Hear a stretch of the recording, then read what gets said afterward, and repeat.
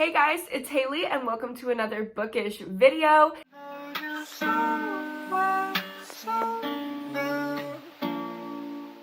Today is day 4, I think, day 5?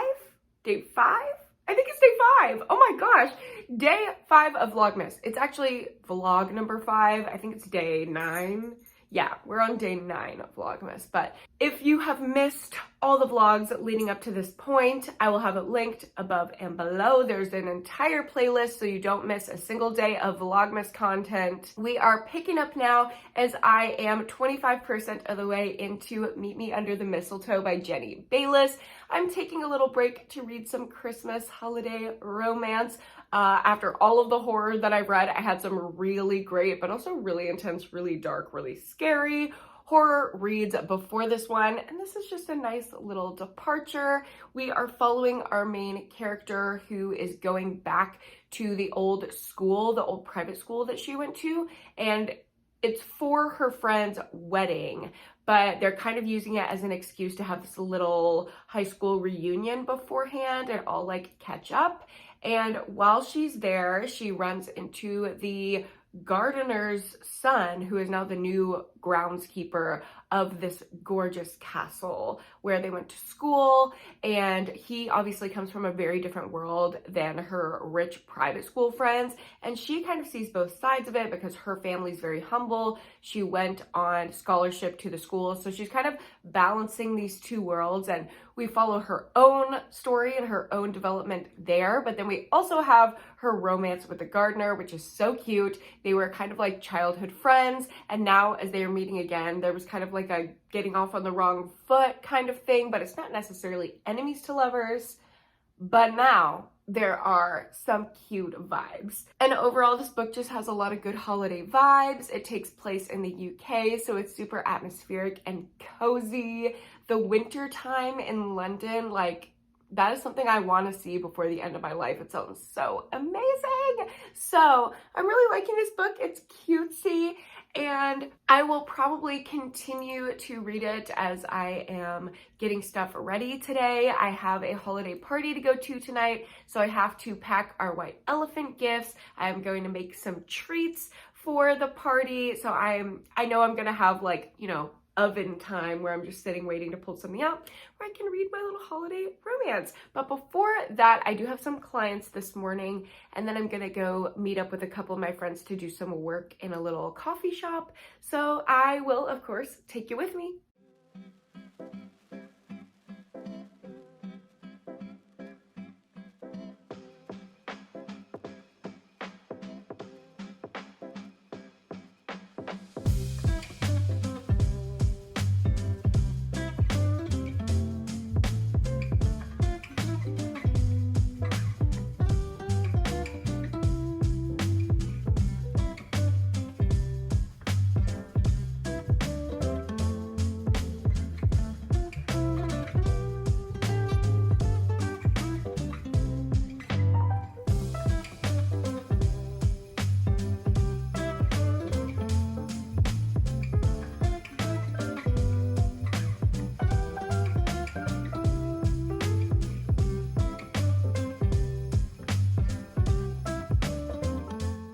Hello vlog, I have been baking up a storm after I got back from working with Sarah. I just want to bring a lot of treats to this little party, but it's been good to have the audio so I could have that in my ear while I was baking. And now I am halfway through Meet Me Under the Mistletoe, and it's really cute. It's, not gonna lie, kind of dragging on and on and on.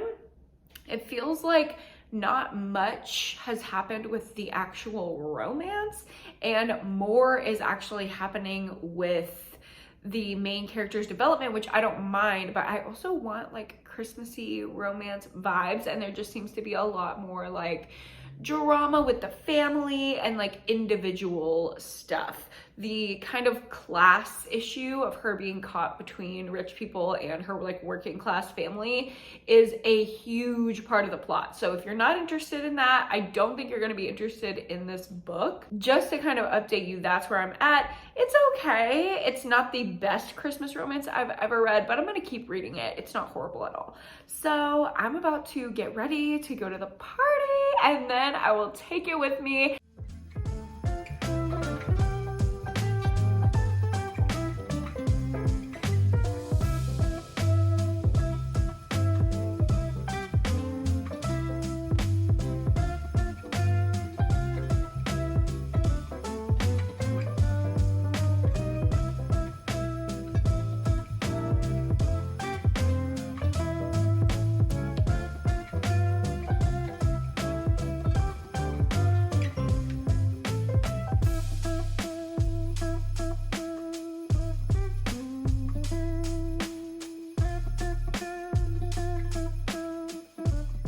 Good morning vlog. It is the next day and we got in pretty late from the party last night, but we had so much fun. As I was getting ready this morning, got to the 75% mark of Mimi Under the Mistletoe, and I have to be honest, this book is annoying me just a bit. I am fine with, and I actually enjoy light social commentary and some kind of like trauma rep, family dynamic rep, or whatever in my romances, but this book feels like it's overdoing it. Like when I saw this cover and read this description, I was thinking like Christmas holiday British vibes, Hallmark movie moment, light, fun, and this is not a light read at all. In fact, I feel like the social commentary bits are way overriding the romance, at least for me. And when I want to pick up a light, fluffy romance, I want to dissociate a little bit, you know? We read fiction to not have to consume all of this media that we're constantly confronted with about the problems of our world. And when every other paragraph in your romance book is constantly bringing up politics, social issues, microaggressions, class, environmentalism, it's like, girl, this is not what a romance is for. I get enough of that in my newsfeed. I do not need that from my Hallmark romance. So I'm getting a little annoyed with it. Also, this is a British thriller, so I don't know why American politics are being talked about so much. It's like, how many Donald Trump jokes are we gonna make? Because I don't think, maybe it's just different across the pond, but I don't think they understand that, like, that's a scary reality for Americans. And yeah, there's like impressions on SNL or whatever, but for me at least, I don't even like to joke about Donald Trump because I don't fucking think he's a joke. I think he's a menace, and I don't like reading about it in like a lighthearted way. It just really rubs me the wrong way. I don't like it. Like, girl, maybe you don't know because you don't live here, Miss Jenny, but it's not a joke to me. It was actually a very traumatizing few years while he was in office. So I don't know. It's just really annoying, and I wish it was more of those Hallmark movie moments, because when we do get one of those moments, I really, really enjoy it, but it's hard to get through a 400-page romance when you're just wanting straight vibes, and it's trying to force you back into a space of looking at the stuff that you already look at when you're not reading a romance book. So I don't know. It's not really meeting what I was wanting, but I'm gonna go ahead and finish it just because I'm like basically 80% of the way through. So I will get back to you when I'm finished, but in the meantime, my friend and I are actually going to this big literature warehouse sale, and I'm gonna try to find some cheap books. Hopefully I can have like a good little haul for y'all. I don't really know what this thing is, but I guess we're gonna find out.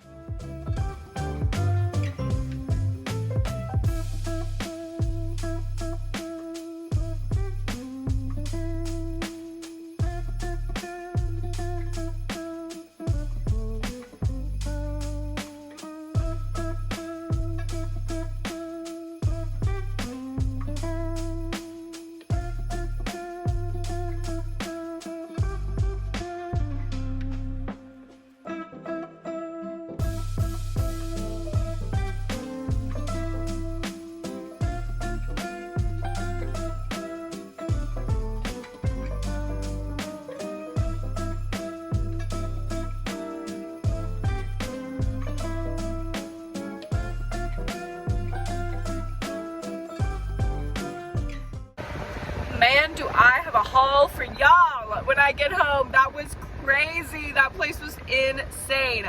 I cannot wait to haul these books for y'all, and on my drive home, I'm going to probably try to listen to the rest of Meet Me Under the Mistletoe just to keep me entertained. Hopefully I don't hate it, but either way, I don't think anything can ruin my mood because that place was awesome. Hello, bestie girls, gays, and days. I am here to update you with a haul, but also with a review. This review is gonna be a bit scathing. I'm so sorry. This is just not what I signed up for. Kind of wanted to echo everything that I just said in the 75% update because it just got so deep and dark and heavy, and that is just not what I wanted with this kind of I just wanted a Hallmark romance, okay? And I didn't get it. And the third act miscommunication was so dumb and honestly made me hate the male love interest so much. I'm gonna give this 2 stars. Okay, see, y'all, this is why I no longer read romance that often. I cannot find something that doesn't feel like it's trying too hard. It's either one side of the spectrum or the other. It's trying too hard to tackle social issues in a Hallmark romance, which no. Or it's on the other side of the spectrum and it's literally Kindle Unlimited smut with a typo every other paragraph. Like, why can I not find something in the middle anymore? I feel like I need more like K.A. Tucker, L. Kennedy, stuff like that. And I'm not finding that. This is a 2-star. Do not waste your time. There are plenty other holiday romances out there, including Kiss Her Once for Me from Book of the Month, which I'm hearing so many good things about recently. So that's kind of a bummer. But I am going to start a new book, not a romance. I want to get out of this romancy slump. So I feel like if I try another one, it's not going to go well. I'm looking at my book cart right now. Okay, next up, I think I'm diving into Where the Truth Lies by Anna Bailey. This is a small town thriller about a 17-year-old girl who goes missing, and her brother thinks he has information that could lead to her being found, but I guess the information might like hurt someone else in the family. It sounds like everyone in this small town has their own secrets that could maybe help find her if they were revealed. And it says, all it takes is one spark and a tinderbox of small town rage to change their community forever. We'll see. We'll get into it. I have heard almost nothing about this book, but I like that it takes place in small town Colorado. I like that there's going to be rich people drama, family secrets. That's the kind of thing I love. So we're gonna dive into that, but before I do, I have a big ass haul. Oh my gosh, I got so many books at this thing. A lot of them were $1 or $2. Can you believe that? So the first one I found in the dollar bin, and that was Prep by Curtis Sittenfeld. And I had heard a lot about this a couple years ago, I want to say. It got really great reviews from a couple of my friends on BookTube. And we are following a person named Lee. She's 14 and she's in this prep school filled with complicated relationships, intense friendships, and an all-consuming preoccupation with a classmate who's less than a boyfriend but more than a crush. This all coalesces into a portrait of the universal pains and thrills of adolescence. This sounds like it's going to be Gossip Girl-ish, kind of similar to like Never Let Me Go, similar to anything like that takes place at a school. I love, and it's gotten great reviews from what I've heard. Also found a physical copy of the Spanish Love Deception. I've always wanted to read this one. Something about reading it on my Kindle, I'm just not loving the idea of. The Kindle copy that I have doesn't have like chapter breaks. Like, it has the chapter breaks in the actual book, but when you click on table of contents, it's just nothing.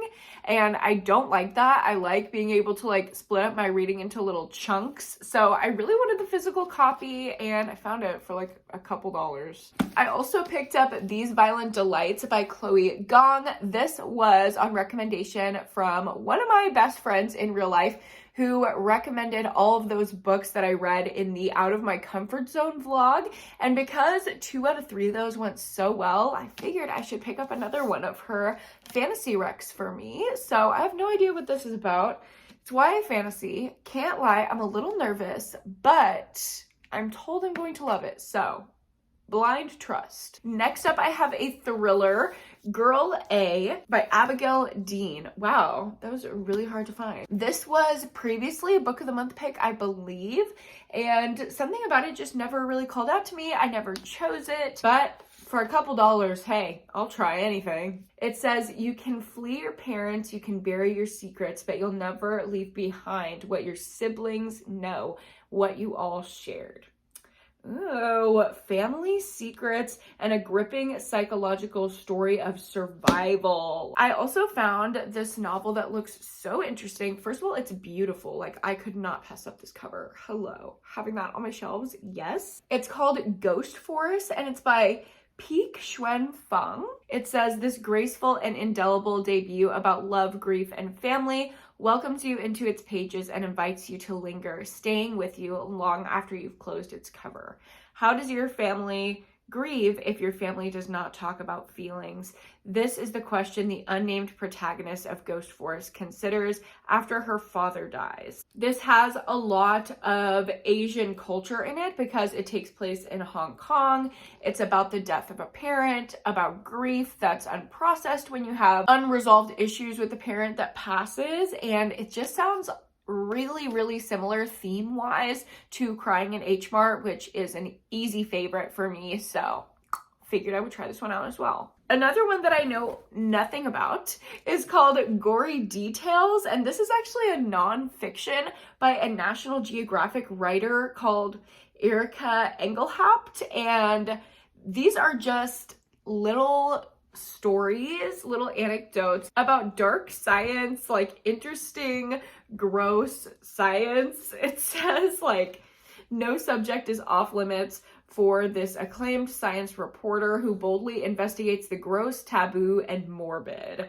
So something like the world's most murderous mammals, to a research biologist who stung himself with every conceivable insect, to the mites who live in our faces, to the most sordid sex in the animal kingdom. Like, this just sounds like so fun. Like, this is the kind of nonfiction that I would read because me and Cameron watch stuff on the Animal Planet like this all the time. I also picked up The Wedding Day by Jasmine Guillory for $1.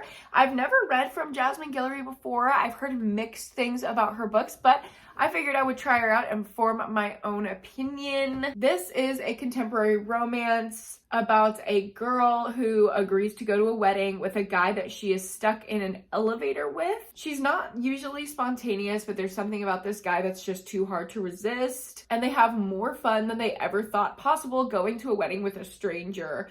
However, before they know it, the guy has to fly back to his real life and they go their separate ways. But neither of them can stop thinking about each other, closing the gap between what they think they need and what they truly want. Ah, cute. Here's another one that I had absolutely no idea, I've never heard of, but it sounded so good. It's called Influence, and I believe this is a YA thriller. We're following 4 different influencers in like this murderous tale. It says it's a twisty murder mystery that takes place in the fiercely competitive world of influencers. The sun is hot in California and someone's getting burned. We're following these 4 different influencers though. One girl who got famous from a viral video, sounds like a TikTok situation. One girl who is a child star, grew up in the spotlight. Another one who is a hot mess behind her like funny, quirky girl persona on YouTube. And then another girl who is like video vixen, sponsorship queen, Instagram perfect, styled to perfection. But who are they really behind their little social media personas? I love stuff about social media, so I'm super excited for this one. And then finally, as the sun sets on my haul, I found 2 new releases that I've almost picked up probably like 3 or 4 times each. I just didn't pick them up for whatever reason. So then when I found them for, I think $5 each, I was like, yeah, This is the moment. And the first one is Bomb Shelter by Mary Laura Philpott. I read another short story collection by this author. It was like a book of little essays, and they were just really poignant and relatable to me, so I really liked it, and I wanted to try her new short story collection as well. And the other new release that I almost bought multiple times is Less is Lost, and the friend that I went with, Danny, said that she had read Less and she absolutely loved it. I own that book, but I haven't read it yet, and you know me. If I don't have the sequel, am I gonna read it? No, I need to be able to read them back to back, just pull it off the shelf and get it done. So, had to pick up the sequel. I have no idea what this is about, but it's like a mental health adjacent kind of contemporary book. And it's like gotten a lot of buzz. I feel like that's a good airport book. Like all the people are reading it. It's kind of giving like Station 11, The Unhoneymooners, stuff that like has broken past booktube bookstagram, and now like everybody's mom's book club is reading it. So that is my little haul from the cheap ass book place. I don't even know what it was called, but it was very cool. And yeah, now I gotta do a little bit of filming, a little bit of editing, and hopefully start this book before my plans start up tonight. Y'all, I know I have so much going on in every day of my life. Listen, I'm a girl who's stretched very thin. I'm an Enneagram 7. I have FOMO. I'm never gonna miss out. And that means I don't miss out on work. I don't miss out on social media stuff. I don't miss out with my friends in real life. And I don't miss out on books. So I'm always pulled in 4 directions at any given moment, at least. Because also family, also planning a wedding, also managing my own personal life and self-care and the dogs. You know, it's just a never-ending list. But this is how I thrive. So I don't know what I'm gonna do and how much I'm gonna get done. But you know what? I'm gonna have fun doing it.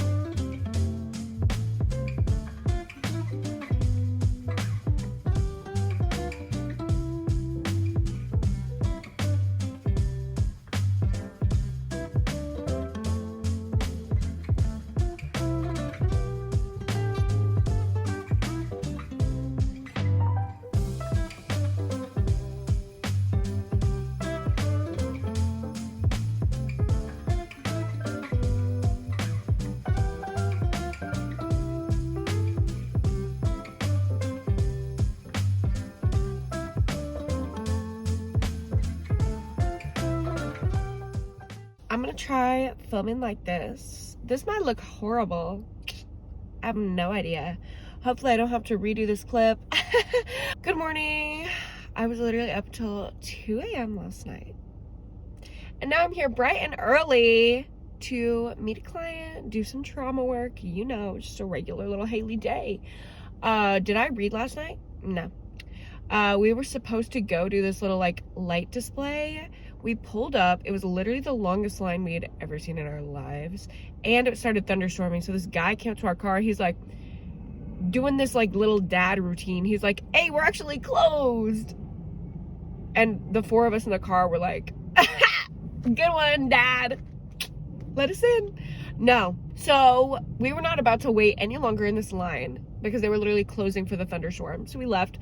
And we just got into some shit, you know, Christmas bars. We picked up some food and we were just playing some games at the house. And we switched from playing games at one point to just answering controversial gray morality questions. That was fun. But point is, I did not read, so I don't have any reading update for you, but I hope you enjoyed this edition of the VLOGMAS vlog, just like seeing a weekend-ish, like a couple days in my life, and I will see you tomorrow picking up for the next day of VLOGMAS. If you like this video, go ahead and like it. Subscribe to my channel if you haven't already, and I will see you in the next one. Don't forget to go to therapy and read a book this week. Bye. See you next time.